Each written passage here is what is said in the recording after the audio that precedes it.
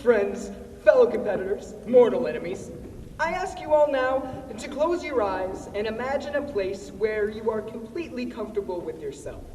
A place where food is healthy and free, and curfews are reasonably set and enforced.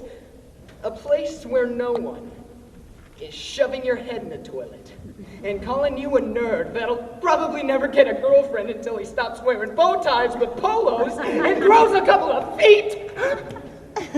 I'm sorry. Now open your eyes. You up top, I said open your eyes. This ain't nap time. Now, if you could only think of heaven, congratulations, but not quite. For today, I will be focusing on a celestial experience even better than heaven. Can you guess? That's right. Science camp! Oh, that is hilarious. I am so sorry. Please excuse this. This actually happens a lot. Anyways, I absolutely love nerd science camp. Any kind, too. From robotics all the way to algae and biofuels. I just think it is the raddest, most fantastic, neatest place ever! And what's the best aspect of any science camp? The education, of course. So today I'm going to educate you to the International Space Station and back. First, we'll hop into my custom-built time machine to observe the history of science camp. Next, we'll take a look through the microscope to examine a typical scientific day. Finally, we'll break out our lab notes to analyze and make accurate conclusions about misconceptions versus reality regarding science camp. Oh, this is going to be so educational. So let's start off like the universe, with a big bang back in time to observe the origin and history of science camp.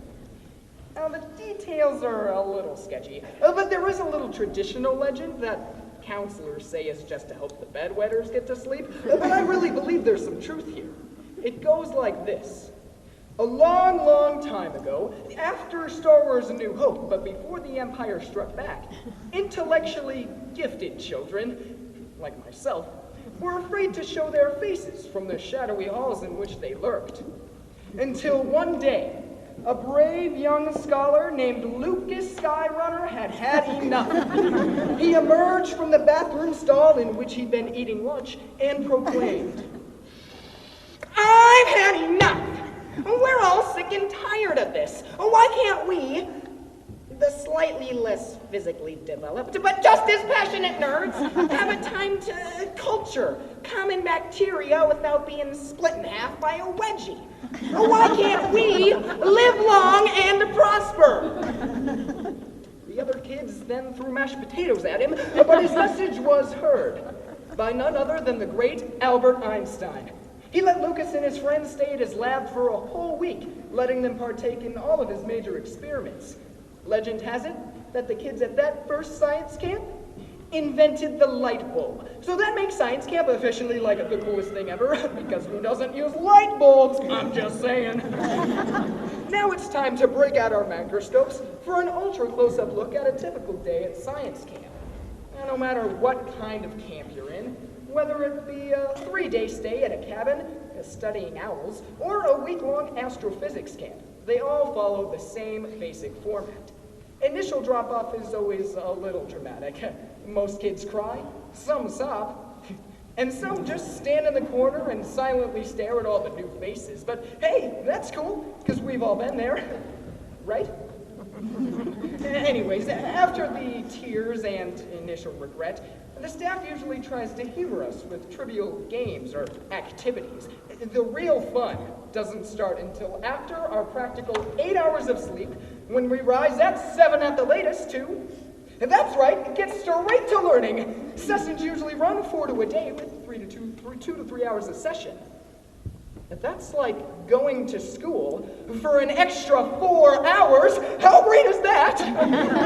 Now, some sessions are more common than others. For example, I couldn't tell you the number of times I've had to program a primitive robot using an oversimplified GUI. But on the other hand, How many times do you get to count stressed algae cells using a hemocytometer in order to maximize lipid production as a fuel source?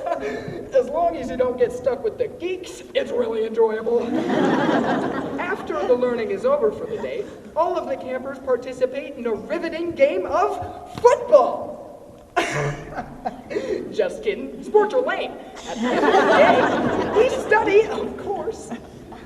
Now it's time to break out our lab notes to analyze some misconceptions versus reality regarding science camp. Dang it, Dad! Every speech meet. Now, the first common misconception that I've heard through my many years of attending science camp is that it's not any fun at all.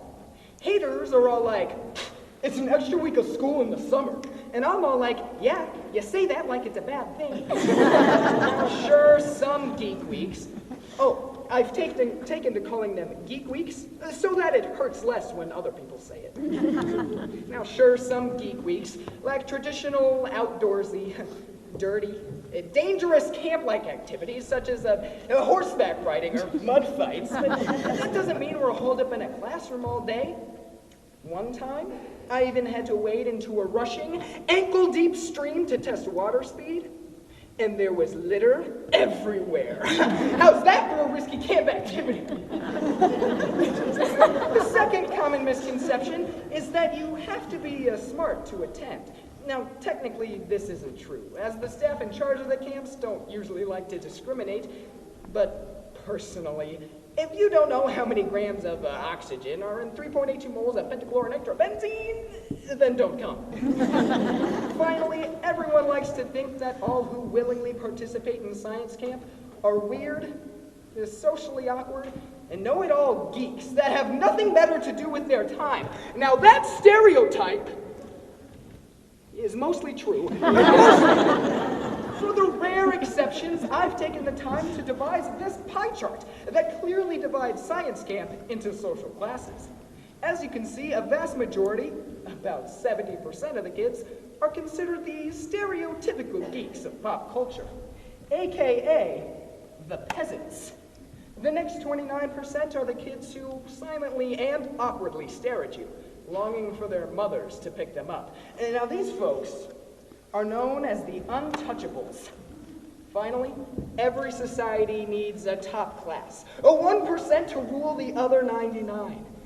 These rare campers have it all.